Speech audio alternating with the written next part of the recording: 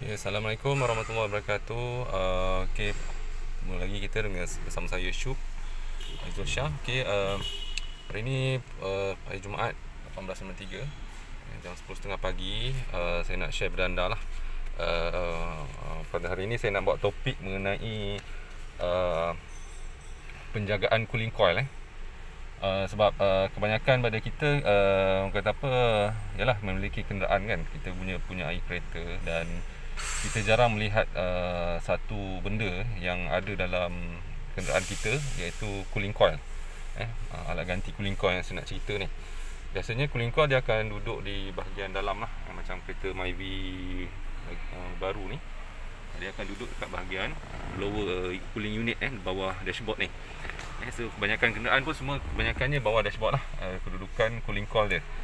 Dan saya nak beritahu condition bila condition cooling coil kita akan start bocor, ataupun akan start kotor, minta maaf, akan start kotor.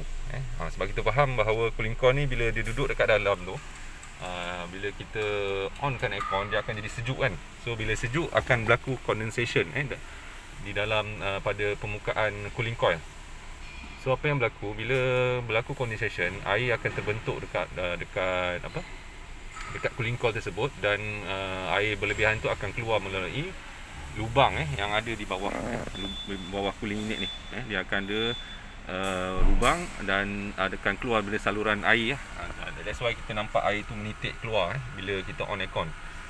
So ini, apa yang berlaku bila basah, selalunya basah ni akan menjemput ataupun akan mendatangkan masalah lah pada cooling coil tu, iaitu antaranya adalah kulat dan habuk-habuk yang melekat, yang datang daripada mungkin kaki kita, kasut kita yang kita dipijak pada lantai, orang kata apa, lantai kereta ni.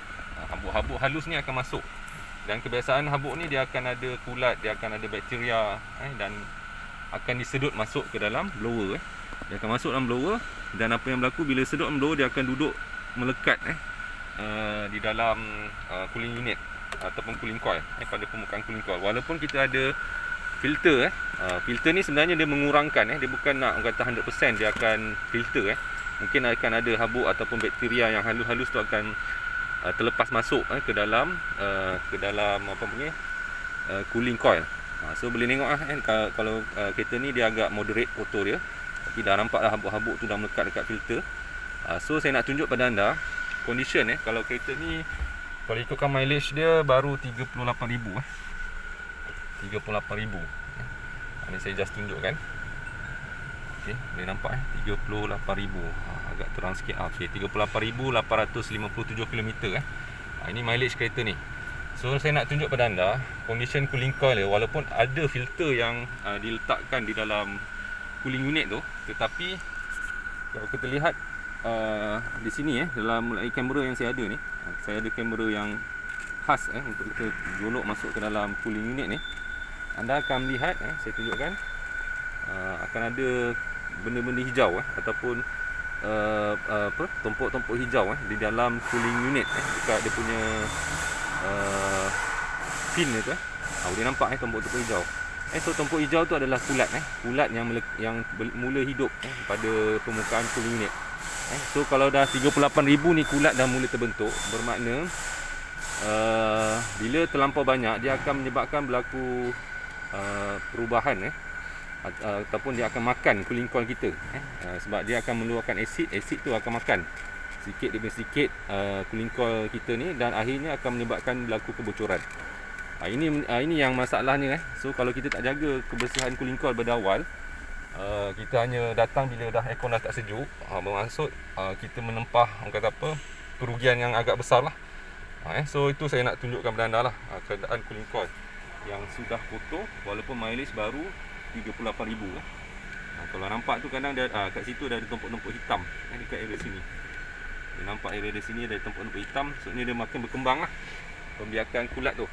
So apa berlaku bila dah terlampau banyak, dia akan block air angin, angin blower tu dia akan block, dan kita akan rasa kurang sejuk pada kereta kita. So that's why kita kena buat service maintenance untuk cooling coil di peringkat awal.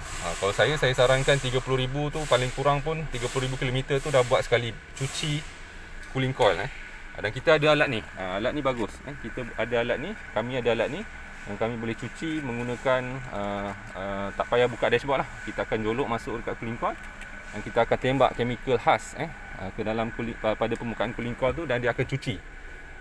So biar kotor dia tak teruk sangat untuk buat ni sebab kalau kotoran ataupun kulat tu dah terlampau tebal kita buat dia akan susah lah untuk tanggal So untuk yang keadaan 38,000 ni masih lagi boleh dibuat, tapi kena awal lah, jangan lambat sangat.